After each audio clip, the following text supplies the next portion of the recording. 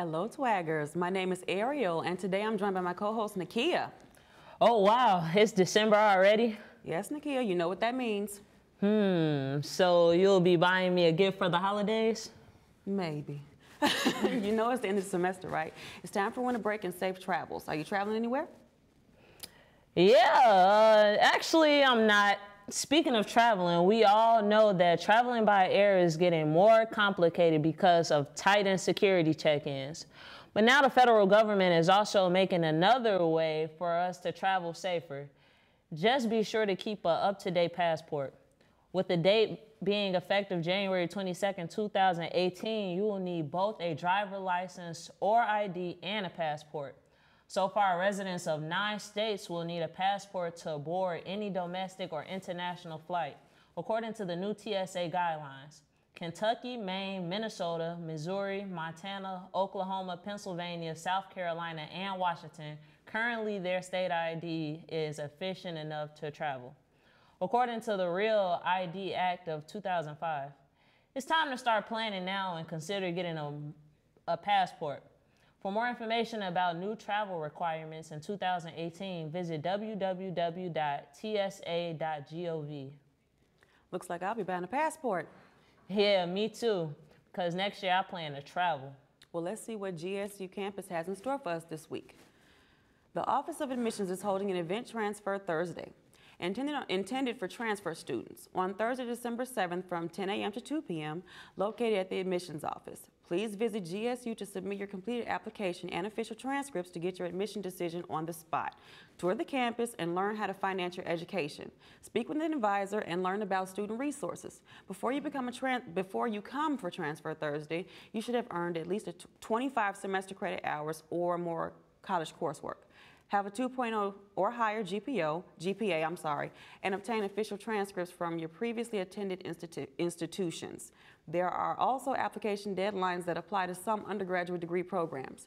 For more information about the programs and admission requirements as well as deadlines, email Bonnie Simpson at bsimpson@govst.edu. So spread the word. 2 of my friends will be there. Ariel, did you know there is also a dual degree program for transfer students? No, tell me about it.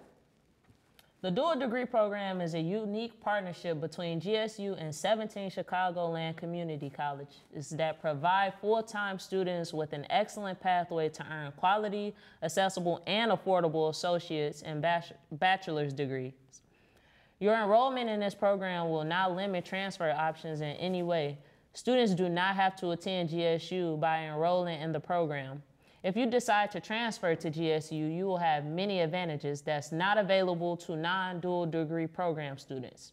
It is easy to enroll in the DDP, and it's free students that enroll in the DDP who complete an associate's degree at their community college and transfer college to GSU will be able to take advantage of many program benefits, including guaranteed admission to GSU. Your transfer specialist will explain more about applying to GSU once you are a part of the DDP program. Your GSU tuition rate will be locked in when you enroll in the DDP, and that rate will be good for 2 years after you start at GSU. Pell Grant eligible students with a 2.75 GPA or higher will have the opportunity to compete for the GSU Promise Scholarship. This scholarship covers the full cost of tuition, academic fees, and textbooks, which are not covered by the Pell and MAP grants. Students with a GPA of 3.5 or higher will have the opportunity to compete for the dual degree program honor scholarship. This scholarship covers full tuition and all academic fees. Applicants must be DDP students currently enrolled at their community college. To qualify for the DDP, you must be a full-time community college student who has completed 12 to 45 credit hours and is in good academic standing at one of our partner colleges. Students must complete their associate's degree in 5 or fewer semesters, including summer, and plan to pursue a bachelor's degree immediately after graduating from their DDP community college.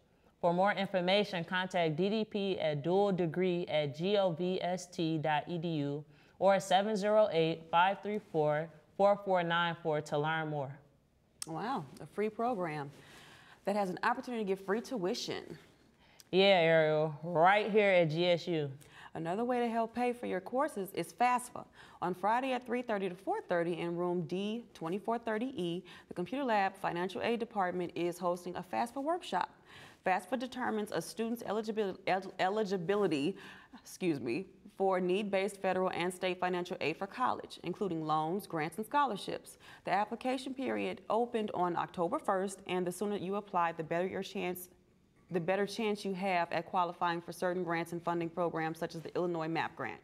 For more information, please email Maureen Benderitis at mbenderitis@govst.edu. Looks like there's still things to do before packing up for winter break.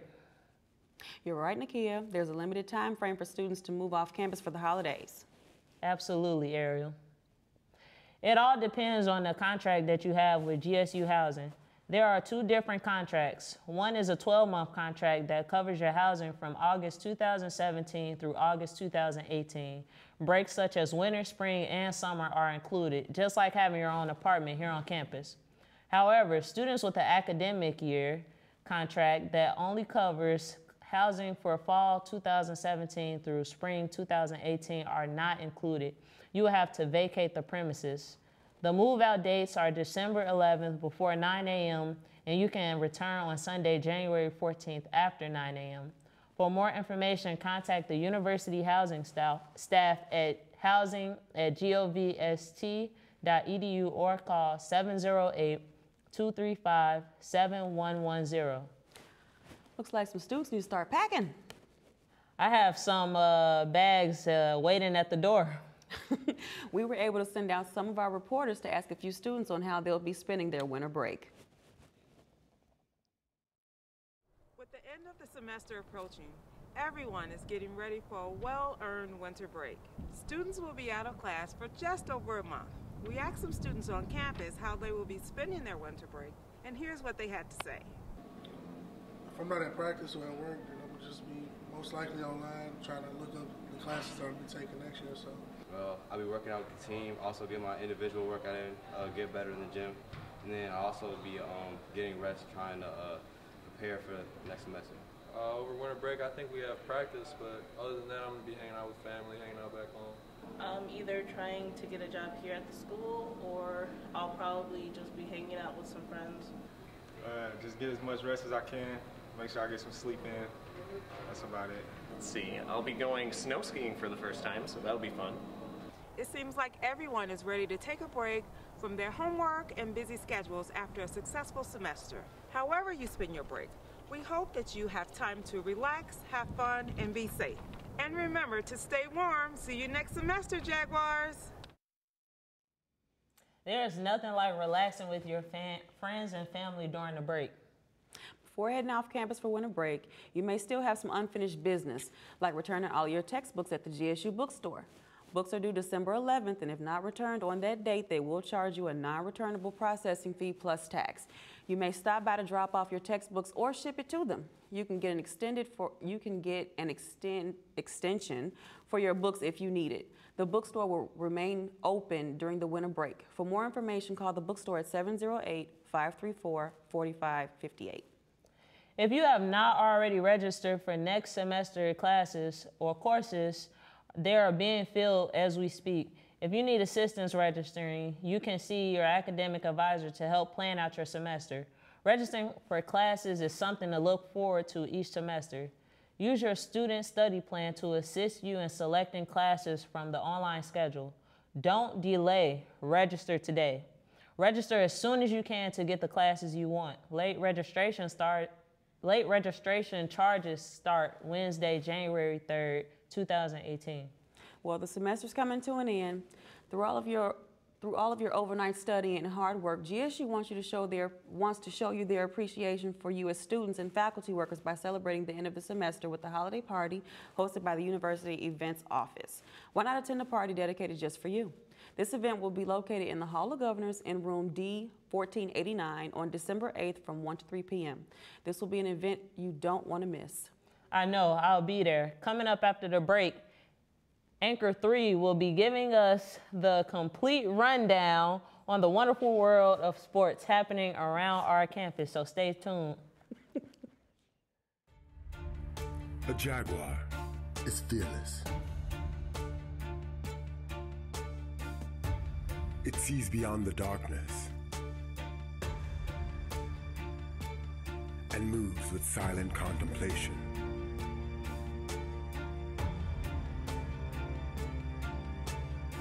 Through unknown places with confidence. It knows the path through chaos, shape-shifting through the hidden sun.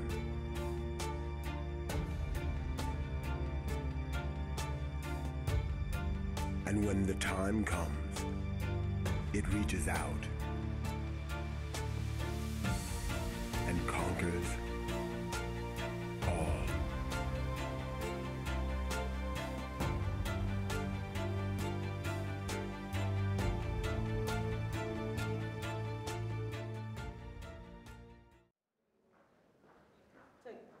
On Wednesday, November 29th, turnovers once again plagued the Jaguars, who gave up 26 possible possessions. Offensively, Amber Brooks provided a spark with 19 points while grabbing 7 rebounds and blocking 4 shots. Taisha Worthy added 14 points and 5 rebounds, while freshman guard Alexis Korovic produced a team-best 5 assists. St. Ambrose evened its conference record with assistance from junior forward Haley Cook, who collected 10 points and 10 rebounds. Senior guard Rianne McCarthy netted a team-high 17 points. "We dug ourselves a hole we couldn't get out of," said Latashia Burrell afterwards. "We didn't get the key stops we needed when down only 8 late in the game." Sometimes one mediocre quarter can make all the difference. Such was the case Saturday in Governor State's 78-56 loss to Roosevelt in the Chicagoland Collegiate Athletic Conference contest held at the Athletics Recreation Center. After opening a 22-12 lead after 10 minutes, GSU outscored 27-9 in the second quarter and trailed the entire second half. The loss dropped GSU to 3-7 overall and 0-5 in the CCAC, while Roosevelt, making its first appearance in University Park, improved to 5-4 and 2-3 in the CCAC. Freshman Alexis Korovic led the Jaguars offensively, registering 19 points, including 3 three-pointers. Amber Brooks notched her 4th double-double of the season with 14 points and 11 rebounds. Becca Bergman powered her way to 17 points, and Ashley Smote compiled 14 points and 8 rebounds for the Lakers. The Jaguars take a break to concentrate on finals this week before traveling to IU South Bend on Friday. In a game that lived up to its billing, Governor State pulled away in the last 9 minutes to post an 85-75 victory over Roosevelt in Chicagoland Collegiate Elite Conference action Saturday from the Athletics Recreation Center. The Jaguars own the best record, 5-0, in the CCAC. GSU came into Saturday's showdown having blown down its previous 4 conference opponents, while Roosevelt received votes in the NAIA coaches poll after racing out to a 9-0 start. The saucy affair produced 6 lead changes, with GSU seizing the advantage for good with 54-42, with 9 minutes and 15 seconds remaining on Travis McBride's layup. From that point, Jalen Miller produced 13 points of his game with a high of 21 points down the stretch, and the Jaguars converted on 19 of 20 free throw attempts to improve to 7-5 on the season. Miller also finished 10 for 10 from the line along with 6 assists and 4 steals. David Anderson poured in 19 points with 9 rebounds, and Robbie Brooks matched that total with 19 of his own. Roosevelt with 9-2, which has dropped its last 2 league games, received a 13-point, 7-rebound effort from Jake Ludwig. With final exams taking place this week, GSU is off until Friday when it travels to IU South Bend. Come out and support the Jaguars on their last game of the year. Last home games of the year, that is. On Monday, December 18th, the Lady Jaguars are defending home, playing Lincoln Christian at 5 p.m. The Lady Jaguars also defend home, playing Siena Heights at 5 p.m. On Friday, December 20th and December 18th, men's basketball takes on Mount Vernon Nazarene at 7 p.m. And also on Saturday, December 22nd versus Indiana University Northwest at 1 p.m. As the Jaguars get ready for more competition, show your support by coming out and cheering them on. There's nothing like a boost of confidence from the crowd. After the break, we will sit down with Patrick Santoro to discuss the TAPS program here at GSU. Stick around.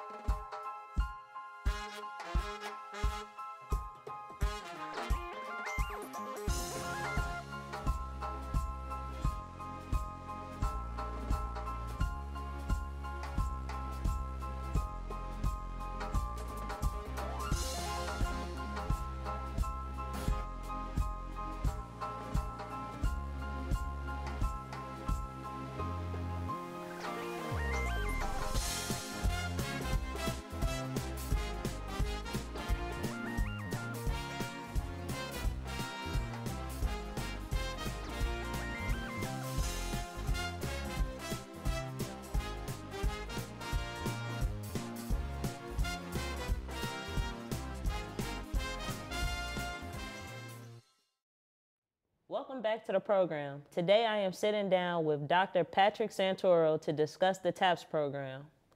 First things first, why did you choose to come to Governor State?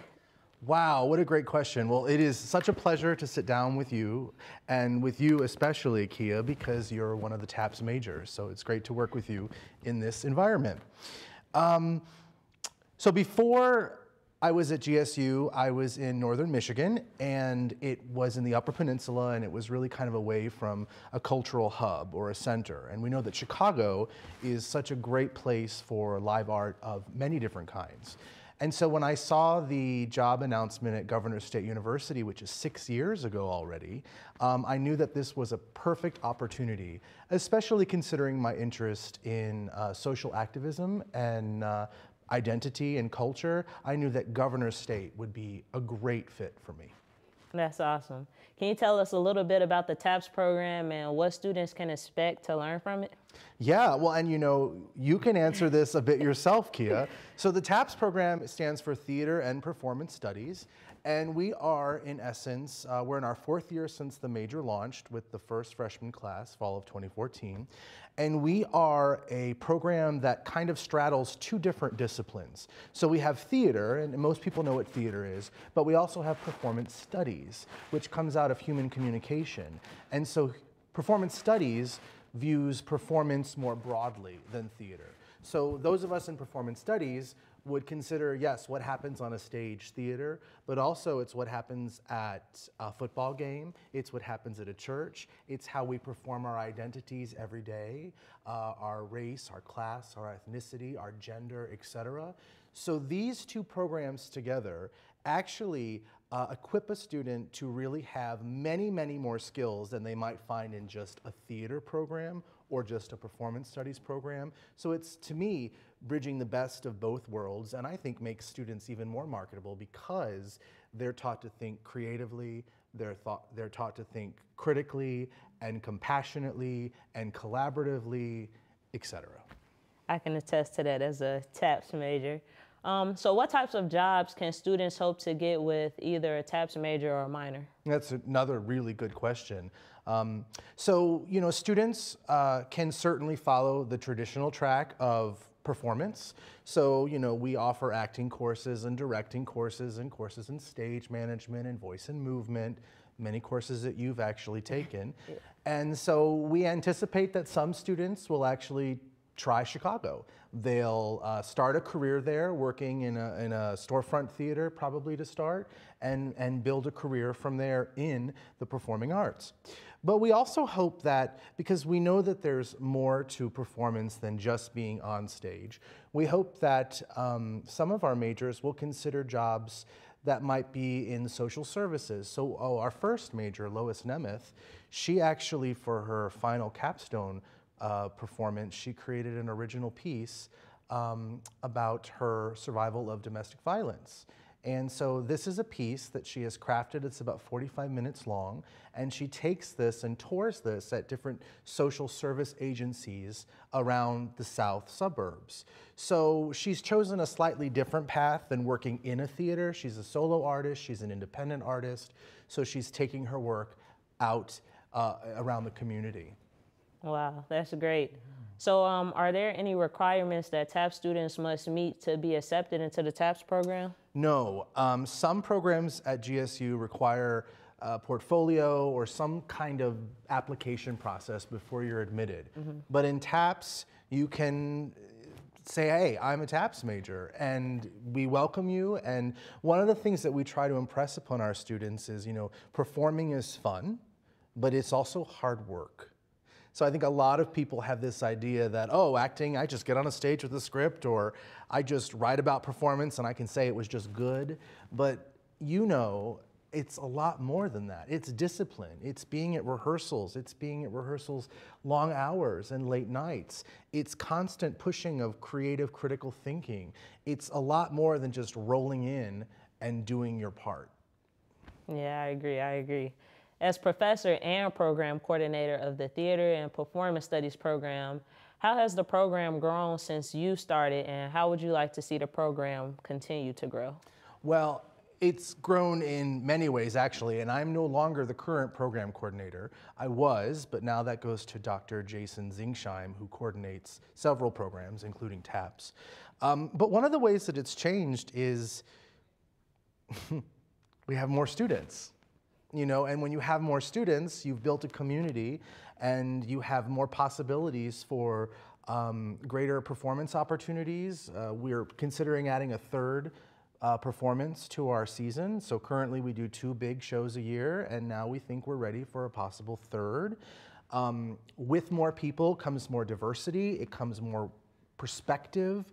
I think we all in school want to feel like we're a part of a community, and I think, and you can attest to this, I believe, that there is a community in TAPS. We just had last week senior capstone projects. So we have our next group of cohort students ready to graduate this year, and they did a variety of different projects, but those are students that came in at the same time, worked their way through at the same time, and not only will end here at the same time, but also keep those relationships alive, hopefully, after their time here at GSU. We've also gone ahead and we've refigured our curriculum a little bit. So when we first launched fall of 2014, we had a certain kind of expectation of students going through the program, taking a lot of core courses, and then choosing a few courses of a specialty area. We've actually, 2 years after the program was launched, realized we wanted to have less core classes and more student-driven curriculum. So they would take fewer core classes now, and then they get to choose more courses they want in their own area of specialization that they build. So, I mean, the program has grown. I think the community, not only our campus community, but the surrounding community, also, they know we're here. They keep coming back to shows. There's an audience base that we've built internally and externally. And those are just a few of some of the ways in which the program has really grown leaps and bounds in the last 4 years. Yeah, and that's quite an exciting vision for the future. So speaking of the future, yes, can we expect any TAP performances coming up during the final week of classes or over break? You know it, always. We have an end of semester ritual, which is the Performance Spotlight Hour. And that happens Thursday evening, usually. But actually this semester, it's Friday afternoon at 12. We hope to see you there. And so this is a chance for all of the TAPS classes to come together and feature the best of the best. So I believe you've performed in a Spotlight Hour before, right? Yeah. And I want to know what that feeling was like for you. But it really is an opportunity for students across all the courses to celebrate, to show the hard work that's come out of those courses. We have monologues, we have scenes, we have original works, we have collaborative works, we have dance works, because dance is a part of our program here as well. So the audience is treated to a free, about an hour, showcase of these really fantastic performances. And so I'm curious to know, what was it like performing in the Spotlight? Well, I've been in Spotlight 3 times, 2 for your classes and once for Cheryl Grafe, yeah. And I think it's a great opportunity. It feels good to know that your hard work throughout the semester pays off and you're able to showcase it to not only all of the TAPS classes, but to other people, friends, family who you invite out. It just makes you feel like really good. It's nervous, it's like nerve-wracking, but it's exciting at the same time. It really feels for me less stress and more celebration. Yeah. Right? It's maybe different than a main stage production. You've rehearsed it for 5 weeks and then you have an audience of hundreds and you're ready to go out and do what you've rehearsed. This is much lower stakes. It is an opportunity to perform not just for those in classes anymore, but the general public, as you mentioned. Yeah. And I always view it as a celebration of our hard work. I agree. Each year, the spotlights, each semester, the spotlights, they get bigger, not only in terms of number of performers, but also number of audience members. And the types of performances get more daring, more innovative, and that's exciting. You said you hope to expand the program. Currently, does the TAPS program ever host any events off campus too, or do you plan to in the future? That's another really good question. So rather than us planning events off campus, one of the things that we're more interested in is how we can use coursework here to get students in the community. So for instance, this summer, I know that seems like it's so far away, but you know it's not. This summer, I teach a Chicagoland theater course. I've taught this several times here already. It's just one of students' favorite courses. So every week, we do not meet here on campus. We meet at a theater in the Chicagoland region.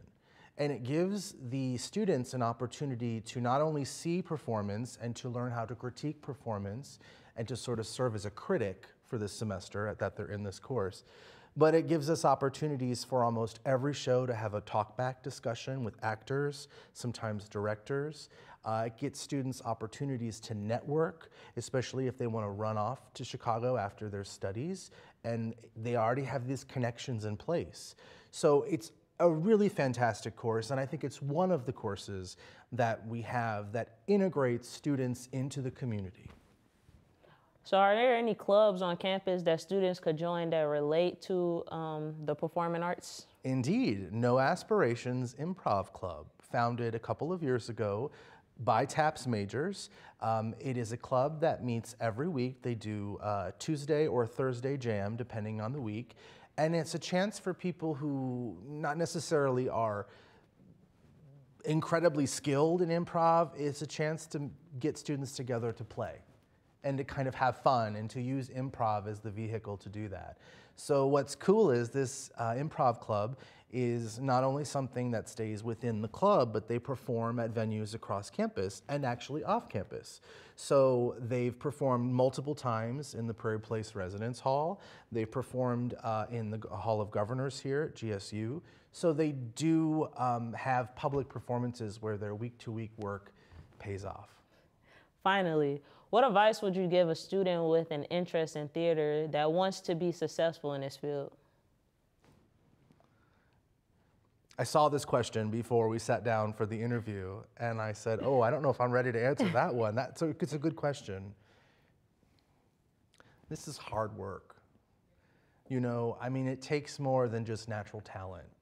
You know, you can be really talented, and whether that means talented with a flair for learning about dramaturgy or the history of productions, or talent being on stage, or directing, a directorial eye. This is actually hard work. And you get what you give, right? You're gonna get so much more out of this experience of being a performer, a thinker of performance, a collaborator, etc., if you're willing to put in the hard work. I mean, would you say that it is true, that it is actually more hard work? Yeah, I definitely agree. Than people think. Yeah. This isn't just, hey, I want to be in a play and run off to LA and make it big. Yeah, we can have those dreams, but the best actors, I believe, are thinking actors. They're also feeling actors. But we want students to learn how to think about what they're doing in meaningful, deep ways. There's so much that we can untap if we just allow ourselves to do the work to get there. Sounds great, Dr. Santoro. It was an honor to have you on the program today. So that will wrap it up for us today here at TWAG. Thank you for tuning in to today's program from everyone here in Studio B. Have a wonderful winter break, Merry Christmas, and a Happy New Year's. You have just been TWAG'd.